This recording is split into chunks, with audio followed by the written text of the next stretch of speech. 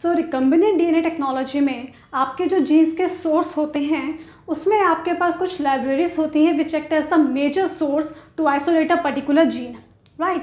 तो इसमें जो लाइब्रेरीज हैं वो बेसिकली दो टाइप की हो सकती है, genomic library and cDNA library.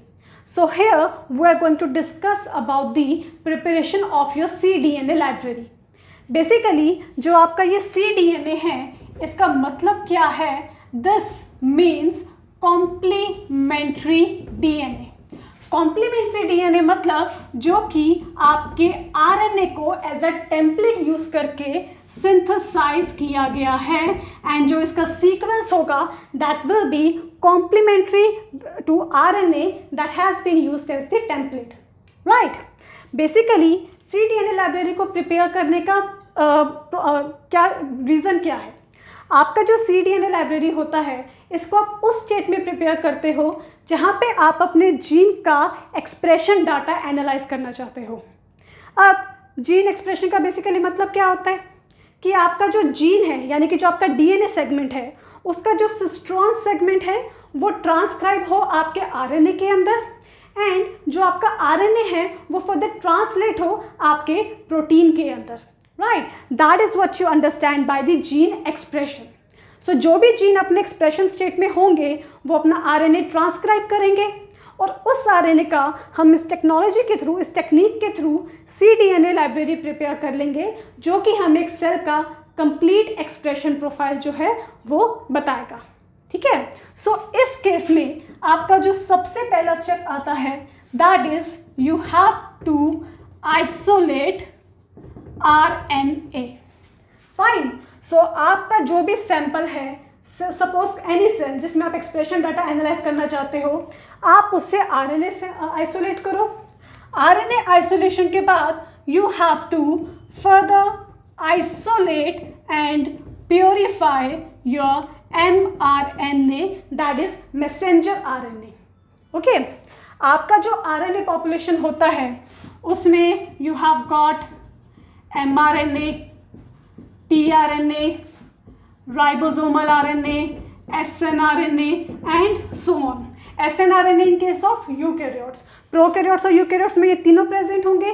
snRNA, snORNA ये आपके eukaryotes में प्रेजेंट होते हैं। सो इस पूरी पॉपुलेशन में से अगर मुझे सिर्फ mRNA आइसोलेट करना है तो उसके लिए आप इसकी एक प्रॉपर्टी यूज करोगे, that property will be presence of poly A tail at 3' end, right. So poly A tail क्या? आपका जो mRNA मॉलिक्यूल होगा ये उसका 5' ये उसका 3' एंड एंड यहाँ पे you have got poly A tail this, right. और ये जो पॉली ए टेल है सिर्फ mRNA में एग्जिस्ट करती है और किसी RNA में नहीं करती, ठीक है। सो what you will do, you will take a particular poly T sepharose column जो कि आपका स्टेशनरी मैट्रिक्स की तरह एक्ट करेगा, ठीक है। इसमें you will have T chain over here, okay. और जब आप अपना ये सैंपल यहाँ पे ऐड करोगे तो इस केस में your mRNA with the poly A tail वो यहाँ पे बाइंड कर जाएंगे, ठीक है।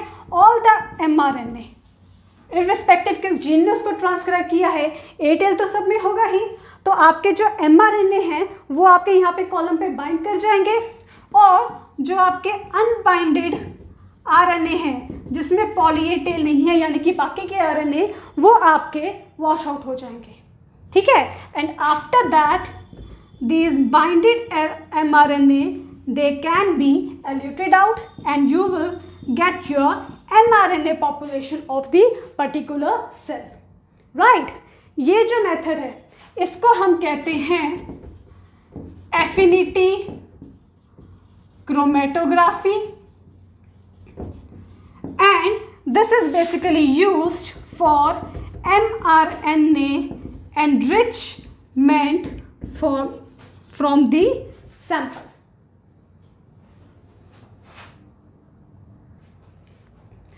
So after you have isolated the mRNA population, तो जब आपने सैंपल से ये mRNA पॉपुलेशन को आइसोलेट कर लिया है, अब हमारा नेक्स्ट स्टेप आता है इसका कॉम्प्लीमेंट्री डीएनए प्रिपेयर करना, so that you can prepare the cDNA library for all the mRNA।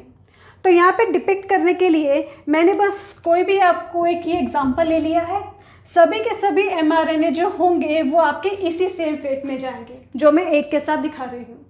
सो ये आपका mRNA मॉलिक्यूल है, 5 प्राइम एंड 3 प्राइम पे आपके पास है poly A tail, right. So what you will do, आप यहाँ पे प्रोवाइड करोगे पॉली टी प्राइमर। ये जो आपका पॉली टी प्राइमर होगा ये आपका यहाँ पे बाइंड कर जाएगा over here, this will be 5 prime end this will be 3 prime end.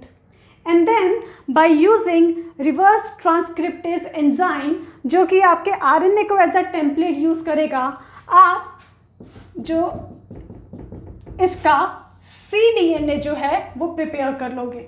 This will be 5 prime and 3 prime end this will be your cDNA। So this will give you a heteroduplex containing mRNA and cDNA. Now this is your first step. Second, you will use RNA.